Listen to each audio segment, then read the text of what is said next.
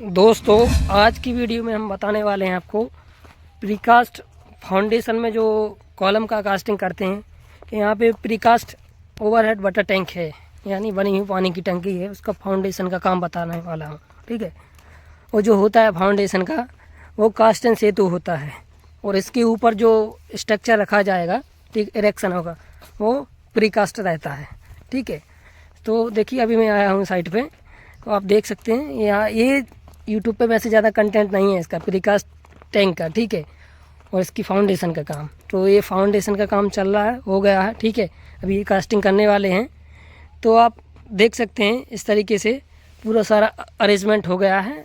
ठीक है, सबसे पहले दोस्तों आपको क्या करना चाहिए, ये अपने इसमें देखिए 16 पिलर हैं, 16 पिलर हैं और आपकी 8 बीम है। ठीक है, नीचे आप देख रहे होंगे ये हमारी बीम है। ठीक है, और ये जो देख रहे होंगे ये हमारी नीचे की स्लैब है, राफ्ट है। ठीक है, राफ्ट के ऊपर ये जो अपना निकला हुआ है ग्रेड बीम है एक तरीके की। ठीक है, और इसकी जो बीम है नीचे आदि राफ्ट में भी इंक्लूड रहती है।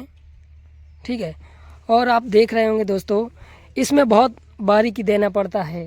मैक्सिमम इसका टॉलरेंस जो रहता है 5 mm 7 mm, बस इतना ही रहता है, इसमें ज़्यादा अंतर नहीं होना चाहिए। क्यों? क्योंकि इसके ऊपर जो ये जो टैंक रखा जाएगा, वो ये जो सरिया आप देख रहे हैं इसी के ऊपर सारा ऊपर वाला जो आएगा इरेक्शन होगा वो इसी के ऊपर रखा जाएगा। तो इसके जो है ऊपर वाले होल रहते हैं, उसमें जो होल रहते हैं, और इसमें मैच खाना चाहिए तभी ये बैठ पाता है। ठीक है, तो सबसे पहले मैं आज आपको यही बताऊंगा कि सबसे पहले आपको क्या क्या चेक करना चाहिए कॉलम की जब आप कास्टिंग करा रहे हैं। ठीक है, सबसे पहले तो दोस्तों आप अपने फर्मा लगा लीजिए, कॉलम की शटरिंग कर लीजिए, उनका साहौल कर लीजिए। ठीक है, और ये जो देखने के बाद ये जो कॉलम है, ये जो देख रहे हैं, इसके सरिये का सेंटर, एक सरिये का सेंटर से दूसरे सरिये का सेंटर जो है 2240 सेंटर टू सेंटर होना चाहिए। ठीक है, इस सरिये का सेंटर, उधर का सरिये का सेंटर, ये 2240 होना चाहिए। ठीक है, ऐसा सभी चारों फेस चेक कर लेना चाहिए।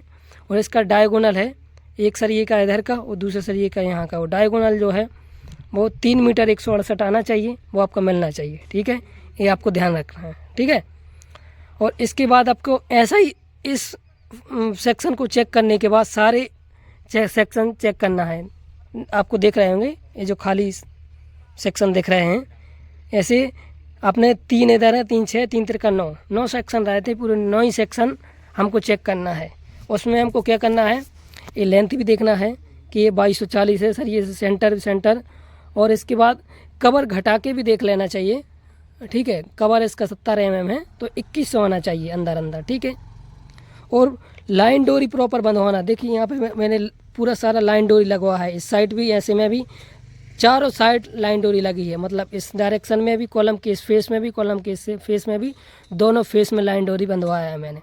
और इसमें देखिए एंगल लगाया हुआ, कहीं कॉलम इधर उधर भागे नहीं, इसलिए एंगल भी लगा है बढ़िया तरीके। सपोर्ट देखिए, सपोर्ट बढ़िया लगाना चाहिए। ठीक है, नहीं तो भाग जाएगा तो दिक्कत होगी। ठीक है, और हमको सबसे पहले लाइन डोरी से ही देखना चाहिए कि एक स्ट्रेट पाथ में है कि नहीं। जैसा कि अभी हम देख रहे हैं सीधा हमारा जो लाइन डोरी है जो देख रहे हैं वो सारे जो है इसका कॉलम का फेस से मैच कर रहे हैं सारे, तो ये आपको प्रॉपर देखना चाहिए।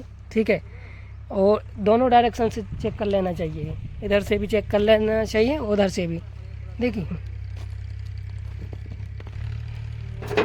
ठीक है, प्लम बाब भी चेक कर लेना चाहिए, प्लम बाब में है कि नहीं है। ठीक है, और ये सब छोटी छोटी चीज़ें हैं दोस्तों, ये चेक करना चाहिए। क्योंकि देखिए दोस्तों, इसमें आप सोचें कि इसमें कोई टॉलरेंस चलता है, मतलब थोड़ा बहुत चल जाएगा 5 mm 7 mm। ठीक है, इससे ज़्यादा नहीं चलता है दोस्तों।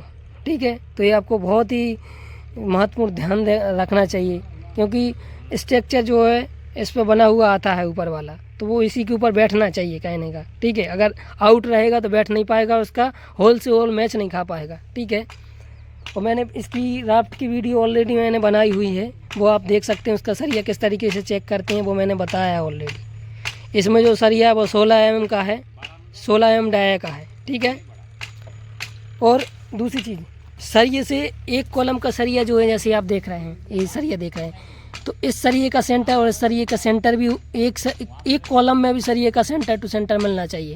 जैसे एक कॉलम से दूसरा कॉलम का हमने बताया 2240 होना चाहिए, वो अलग है, परंतु एक कॉलम में ही एक कॉलम का फेस दूसरे कॉलम का फेस ये रहता है तुम्हारा 240 ये मिलना चाहिए और उसका डायगोनल 368 होना चाहिए। ठीक है, ऐसा इसका भी हो और ये सरिये भी प्रॉपर स्ट्रेट पाथ में होना चाहिए। ठीक है, वैसे इसमें ये प्लेट लगी हुई है तो ये उसी के ऊपर से निकले हुए हैं। ठीक है, और ऊपर इस जो सरिया है ये निकालना चाहिए कम से कम ये 300 mm ऊपर होना चाहिए। 300 mm सरिया ऊपर निकला हुआ और रहना चाहिए। ठीक है, क्योंकि इसमें जो ऊपर से आता है, ठीक है, उसको प्रॉपर फिक्स रहे, इस वजह से 300 mm लगभग उतना मिनिमम होना चाहिए। 300 mm रखेंगे तब ठीक है।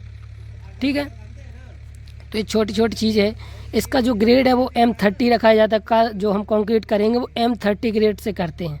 तो ऊपर जो इसका बना हुआ स्ट्रक्चर आता है उसका ग्रेड रहता है M40 प्रीकास्ट रहता है। ठीक है, इसका ग्रेड M30 रहता है। ठीक है, तो ये आपको चेक करना चाहिए। देखिए यहाँ पे मैंने पूरा जगह से लाइन डोरी बंधा है, ये बहुत अच्छा रहता है, इसे चेक करने में आसानी रहती है दोस्तों। देखिए